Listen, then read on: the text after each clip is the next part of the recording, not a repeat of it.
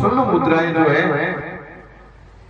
एक धनाढ़ ब्राह्मण था, वो उठा और उन्होंने कहा कि ठीक है, मुझे मंजूर है, ये 200 स्वर्ण मुद्राएं हमने दी और तेरी ये स्त्री मेरे घर भेज दो कामकाज के लिए। एक देश की रानी मेरे घर में झाड़ू पोछा करेगी, मेरा बड़ा सौभाग्य होगा।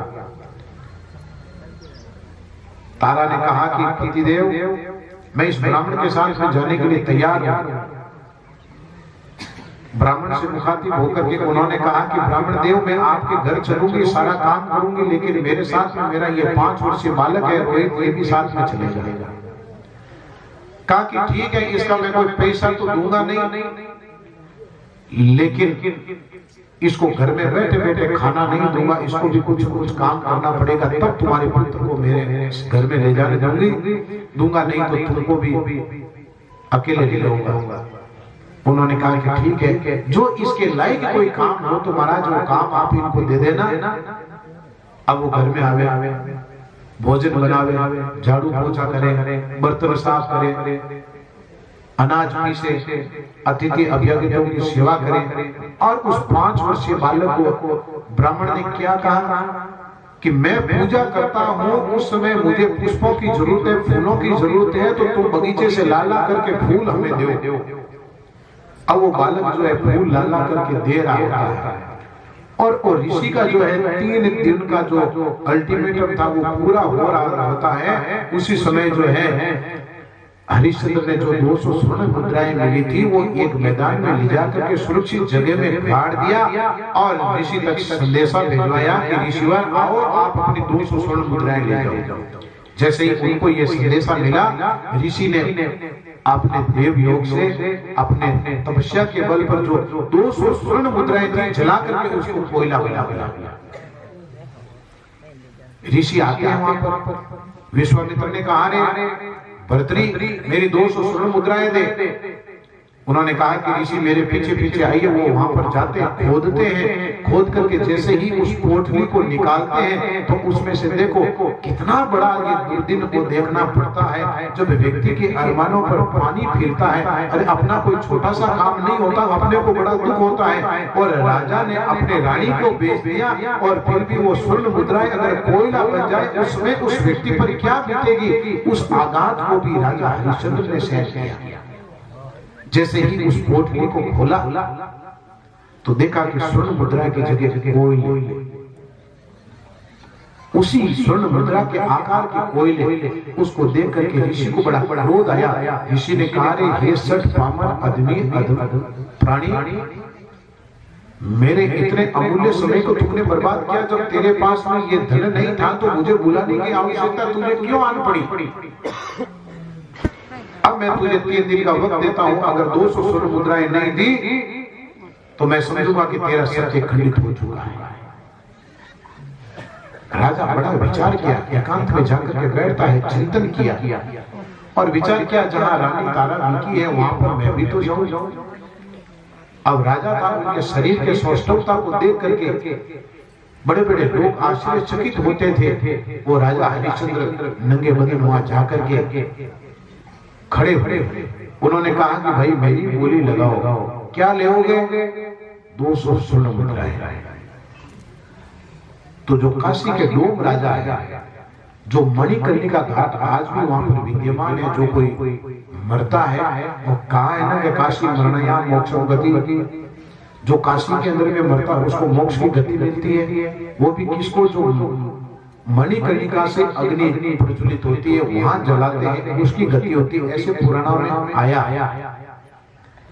तो वो लोग वहां जाते हैं, आज बड़े बड़े लोग उधर से गुजरते हैं वहां पे, तो उनको लेकर के कहां आते हैं? वहां मणिकर्णिका घाट पर रोजाना के 200, 400, 500 मुर्दे निरंतर वहां पर जलते रहते हैं। तो वहां पर जो है कोई व्यक्ति बगैर टैक्स दिए वहां कोई मुर्दा न जलाए, उनकी निगरानी के लिए काशी के डोम ने उनको खरीद लिया। डोम राजा ने चौकीदारी करने के लिए उनको खरीद लिया और उनको 200 स्वर्ण मुद्राएं दे दी। वो ले जा करके जो अपने साथ में रखा और ऋषि को संदेश भिजवाया, ऋषिवर आप अपनी स्वर्ण मुद्राएं ले जाओ। वो 200 स्वर्ण मुद्राएं ऋषि आते हैं और वो लेकर के चले जाते हैं और कहते हैं कि राजा तू जाने तेरा काम जाने। अब उनकी दिनचर्या क्या होती, रात और दिन, रात्रि की वक्त होती तो मशाल हाथ में लेकर के जो शमशान भूमि थी उसके चारों तरफ जागते रहो जागते रहो जागते रहो कि अलग जगाते हुए वो जाते। इतने में देखो विश्वामित्र यही रुके नहीं, परीक्षा जब लेनी हो तो कहते हैं ना कि तेल निकालना हो तो इस तरीके से, तो वो तेल तो सब जगह निकलता, लेकिन जो खल में से भी तेल निकाले वो विश्वामित्र निकले। उन्होंने कहा कि इन राजा का व्रत तोड़वाना है, सत्य व्रत नहीं टूटेगा तब तक मुझे चैन नहीं। उन्होंने एक मायावी तंत्र फैलाया और वो तंत्र ऐसा फैलाया कि नगर के अंदर में एक नर पिशाचनी के स्वरूप को प्रकट किया। कितने अबोध बालकों को वो खा गई।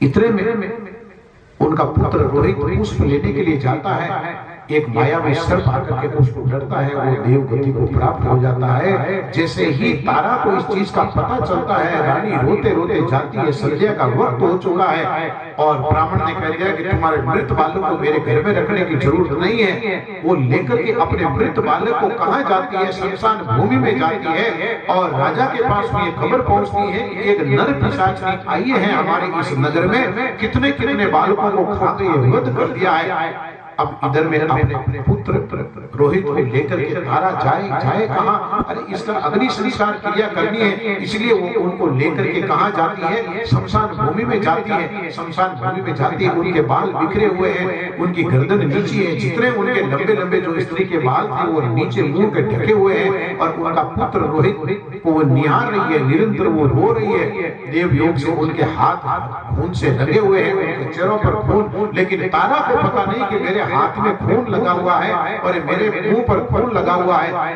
राजा ने अपने अनुचरों को छोड़ा कि जाओ नगर के अंदर में ऐसी नर पिशाचनी है, उसको ढूंढ निकालो, उनको कठोर से कठोर दंड दिया जाए।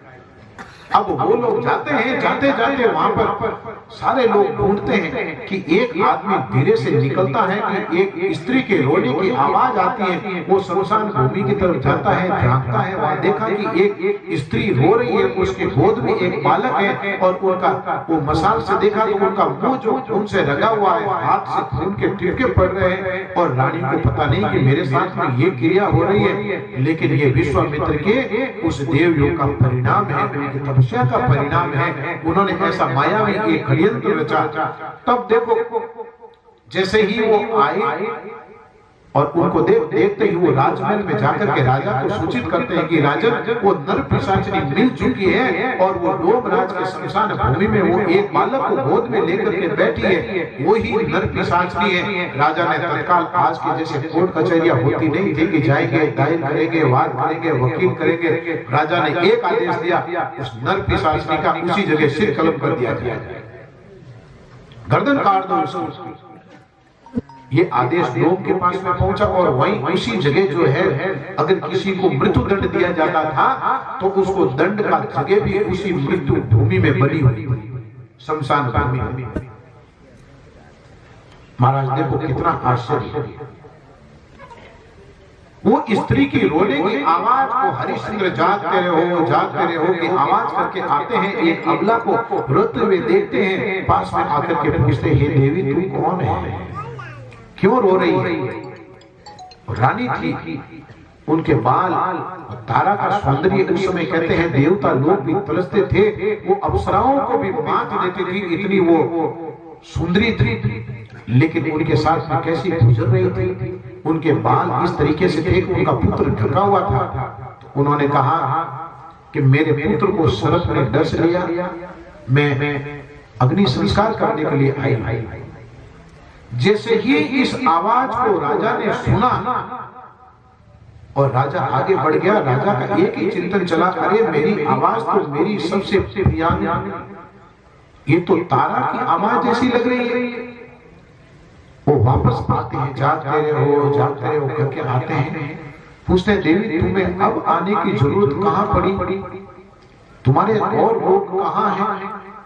इतने में तारा कहती है मैं बिकी हुई नारी हूं और ये मेरा अभागा मेरा पुत्र है और मेरा जो दुनिया का सर्वश्रेष्ठ पौरुष युक्त मेरा जो पति है वो मुझे पता नहीं कहाँ है। अरे ऐसा सुनते ही राजा हरिश्चंद्र पर मानो बिजली गिर गई। अरे राजा हरिश्चंद्र बिलखने लगा, अरे तारा तू, और उस दृश्य को देख करके कैसे कैसे लोगों का हृदय द्रवीभूत न हो जाए, उस भावना को देख करके कहते हैं कि तारा तू, अरे पतिदेव आप यहाँ, आप ये क्या कर रहे हो?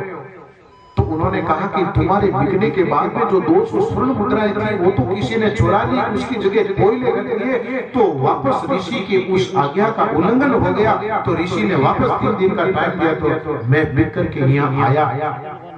और अरे अपने पुत्र को क्या हुआ?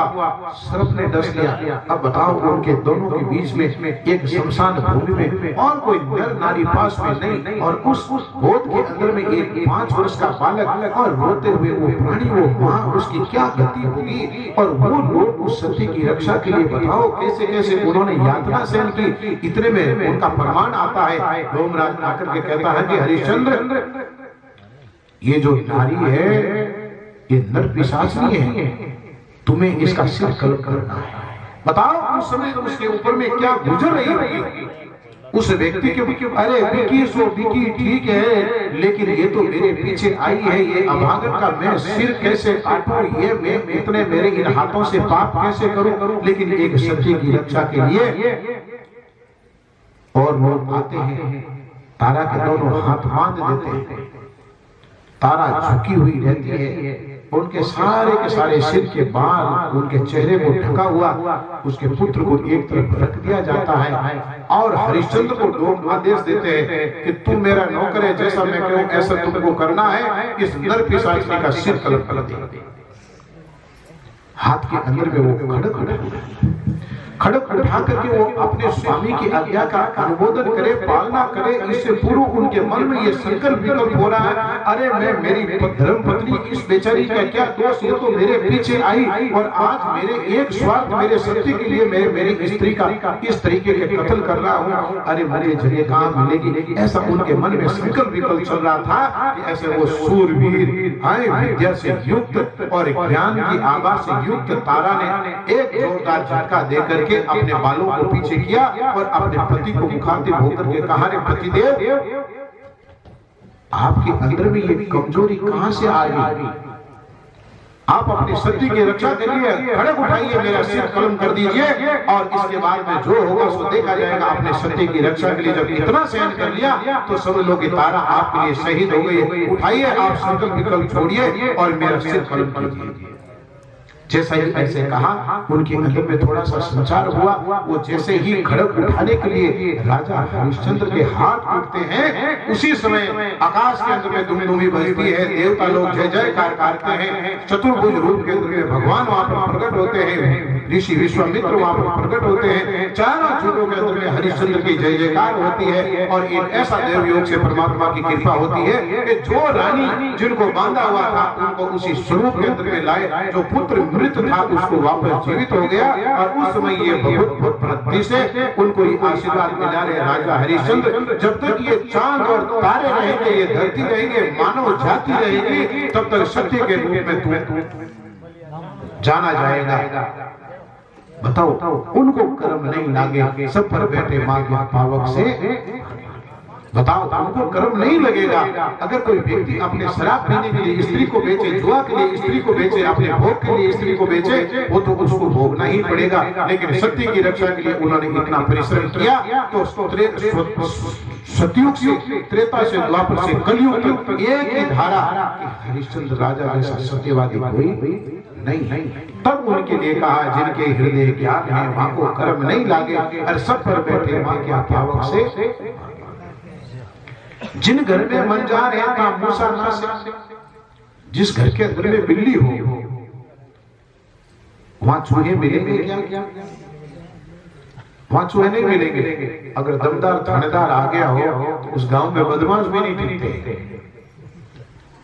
अगर दमदार आ गया, पहले कोई 20 साल पहले कोई भास्कर करके आया था, उसका बड़ा नाम था, लोग आज भी याद करते हैं। और वो व्यक्ति कितना अनुशासित था, किसी के लंबे बाल देखता, किसी के बटन दिए हुए नहीं देखते, नाखून बड़े हुए देखते, उन्होंने एक ही लक्षण हो के पकड़ दो और बहुत तो पूछ तो नहीं कि मैं हूँ। अब छोरा उन्हें डरता है कि भास्कर कटे मिल जाना, जब मैं हगले जाऊं ना भोपाल बंद कर दिया, ये नहीं शांति होगी। तो जिस घर में मंजार है, बिल्ली है, ता मूसा ना से और सुनत कहू का मोर का आई रहे पास। मोर जो है उसका प्रतिकार किससे है? सर्प से। सुनत कहू का मोर का आई रहे नहीं पास। अगर मोर की आवाज सुनाई दे तो कितना भी बड़ा भयंकर विषधर क्यों न हो, उसको बिल में घुसना ही पड़ेगा। तो भाई थोड़ा बहुत तो सत्संग के द्वारा जो अपन लोग ज्ञान अर्जन करते हैं, अगर इसके इर्द गिर्द रहेंगे तो ये सारी कमजोरियां जो है ना वो हमारे पास में नहीं आएगी। इंसान को कमजोर नहीं होना है, बड़ा ही धैर्यशील होना है। और जब व्यक्ति धैर्यशील होता है ना, तब उसको इस चीज की अनुभूति होती है कि मैं भी मनुष्य हूं। कब हो न देखा हे सखी रवि संग अंधियारा। सुंदरदास जी महाराज कहते हैं, हे सखी, हे आत्मा, हे परमात्मा की प्यारी, मैंने कभी ऐसा देखा ही नहीं कि रवि के साथ में सूर्य के साथ में अंधकार हो। कब हो न देखा हे सखी रवि संग अंधियारा, सुंदर सदा प्रकाश है वो सबसे न्यारा। कहते हैं कि जैसे सूर्य, उसके साथ में अंधकार का कोई लेस नहीं है, ज्ञानी के साथ में अज्ञानी का कोई लेस नहीं है, स्वच्छता के साथ में अस्वच्छता का कोई लेस नहीं है, वैसे ही ज्ञानी और अज्ञानी ये जो दो भेद है ना, इस ग्रंथि से बाहर निकलना है। ये जीव के कल्याण का सबसे बड़ा साधन है। कब हो न देखा हे सखी रवि संग अंधियारा, सुंदर सदा प्रकाश है वो घट सबसे न्यारा। जो जिनके घट के अंदर में प्रकाश है ज्ञान का, वो घट ही सबसे न्यारा है। ऐसे अपन लोग समर्थ वाले संतों का, सदगुरु कबीर साहब जैसे महापुरुष, स्वामी दादू दयाल जैसे महापुरुष हैं, अनंत श्री दरियाव जी महाराज जैसे महापुरुष, हरिरामदास जी महाराज जैसे महापुरुष, रामदास जी महाराज जैसे महापुरुष, जसनाथ जी जैसे महापुरुष हैं, सुखशरण जी महाराज जैसे महापुरुष, भोलाराम जी महाराज जैसे महापुरुष, गंडीराम जी महाराज जैसे महापुरुष, ये दुनिया के अंदर में आकर के ये अपने को कहते हैं कि वो घट सबसे न्यारा। उन घट को प्रणाम करते हैं, वो घट सबसे न्यारा है। उन लोगों को अपन लोग अंगुलियों पर गिन सकते हैं कि ऐसे लोग कितने हुए हैं। अरे जो संसार का भोग उपभोग करने वाले अरबों खरबों लोग इस धराधाम पर आए हैं, किसी का इतिहास है तो बताओ? उनका कोई इतिहास नहीं है। रही बात राजाओं की, तो राजाओं का इतिहास है तो वो संक्षिप्त में इतिहास है। उनका भोग और राग और लड़ाई युद्ध उनका इतिहास है। उनका इतिहास ज्ञान युक्त नहीं है। और जिस राजा ने ज्ञान को अवाप्त किया, उनका भी इतिहास में नाम दर्ज भक्ति के साथ में हुआ है। इसलिए भाई जिन्होंने गढ़ जीते उनका कोई इतिहास नहीं है, लेकिन जिन्होंने इस गढ़ को सुधारा है उनका इतिहास है। जिन्होंने नाम कमाने के लिए लोगों का कत्ल किया, उनका इस दुनिया में कोई वजूद नहीं है। और जिन्होंने खुद के वजूद को मिटा करके नाम का स्मरण किया, उनका आज वजूद है, उनका आज वजूद है। और जिन्होंने सिर्फ अपने नाम को रखने के लिए लोगों का कत्ल किया, उनका कोई वजूद नहीं है। और जिन्होंने खुद का कत्ल करके अपना वजूद बनाए रखा, उनका आज वजूद है। ये इतिहास कहता है। इसलिए भाई अवसर मिला है, इतना दुर्लभ अवसर बार बार मिलने का नहीं है, बड़ा ही दुर्लभ अवसर है। और इस दुर्लभ अवसर को आज जिनकी अपन लोग ये बरसी की सत्संग का आयोजन श्रवण कर रहे हैं, ये एक ऐसे गुरु भक्त थे जिनके हृदय में निरंतर संतों के प्रति एक ध्येयता थी। हमने देखा जोधपुर से ट्रैक्टर चला करके आ जाते थे, कितना कितना सामान लेकर के आते थे देवरी धाम पर। और अमोस पूर्णिमा को सभी लोग आते हैं। कभी कभी आप बीच में आते थे कि एक दो दिन जाएंगे वहां पर, वहां कुछ सेवा करेंगे। तो वहां सेवा क्या करते थे? अरे कभी सफाई करते थे, कभी धान ठीक करवाते थे, कभी उसको लेकर के आते थे। कितने कितने लोगों का उनका एक प्रेम। 2004 में अपने देवरी धाम पर बहुत बड़ा कार्यक्रम था। तो उसमें बहुत सारे संत लोग आए थे, बहुत बड़ा आयोजन हुआ और अपने जो बाप जी महाराज के विचारों से जो हॉल का निर्माण हुआ था उसका उद्घाटन था, जिसमें सिंतल बहन खेड़ापा सारे आचार्य चरण भी पधारे थे। तो उसमें हरिराम जी ने कहा, मैंने हरिराम जी से कहा, हरिराम जी ने कहा कि भाई शास्त्री जी आपका क्या प्रबंधन है? मैंने कहा ऐसा है कि संतों से तो जो सामिप्य है उसके कारण संत तो आ जाएंगे, लेकिन उस समय मैं भी नया था, मैं तो ज्यादा लोगों को नहीं जानता हूँ। तो उन्होंने कहा कि लोग आपको जानते हैं, आपको लोगों को जानने की जरूरत नहीं है, आप आदेश दीजिए। तो मैंने कहा कि ये जो कार्य है, ये जो संतों की पंगत का और जो भोजन का, उन्होंने कहा कि आप निश्चित होकर के संतों की सेवा कीजिए, ये भोजन का दायित्व हमारा है। अब उस समय आज भी मुझे कभी जब मैं यहाँ इस गाड़ी में आता हूँ तो मुझे वो दृश्य आज भी दिखता है कि वो हरिराम जी और चौधरी साहब बैठ करके मेरे को बोले, बाप जी आप चिंता ही मत करना, आप सिर्फ संतों की सेवा में रहना, यहाँ तो हम लोग देख लेंगे। पता नहीं कहां से तो वो आदमी लाए और उस पूरी की पूरी पंगत संतों को बैठा करके बोले कि जब जरूरत होगी तो हम आपको बुला लेंगे। बोले कि अब जो दांत घसाई की जरूरत पड़ी है अब आप आओ, या कहीं देवना है। तो देखो उनकी कितनी सुंदर भावना थी, वैसे ही भावना इनके सुपुत्रों की है। केलीबाई की भावना भी आज भी वैसी है, जब कभी देवरी पर जरूरत होती है केलीबाई जी को केलीबाई जी की जरूरत है।